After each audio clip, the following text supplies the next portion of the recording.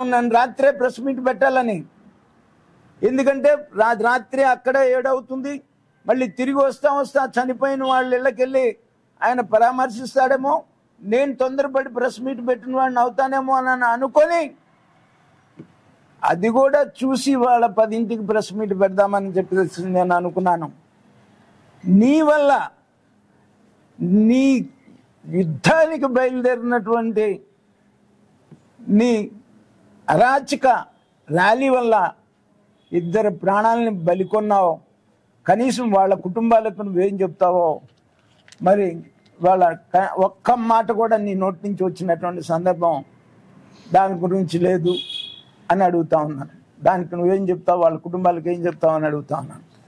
అలాగే నిన్న పాపం ఆయన ఒక ముసలి కన్నీళ్ళు కార్చారు కమ్మవారి గురించి.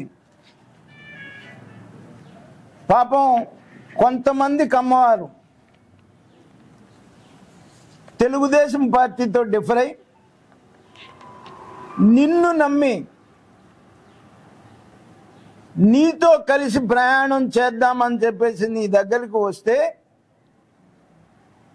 వాళ్ళని నువ్వు ఆ రోజున ఎలా వాడుకున్నావు? వాళ్ళందరి చేత కమ్మవాళ్ళని కమ్మవాళ్లతోనే తిట్టించాలి అనేటువంటి ఒక నీ పైశాచిక ఆనందం కోసం, నీ సైకో కళ్ళల్లో ఆనందం నింపటం కోసం నువ్విచ్చినటువంటి స్క్రిప్ట్ని చదివించి ఇవాళ వాళ్ళందరూ కూడా ఇబ్బందుల్లో పడటానికి కారణం ఆ శాపం నీది కాదా జగన్మోహన్ రెడ్డి అని నేను అడుగుతా ఉన్నా. పైగా అందరి పేర్లు చదివావు.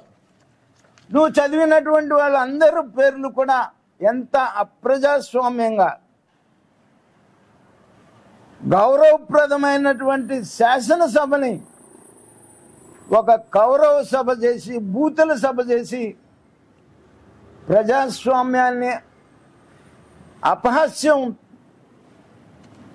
చేయించి సునకానందం, రాక్షసానందం పొందినటువంటి పరిస్థితి నీది. ఆ రోజున నువ్వు గుర్తు రాలేదా అని చెప్పేసి నేను అడుగుతా ఉన్నా. వాళ్ళ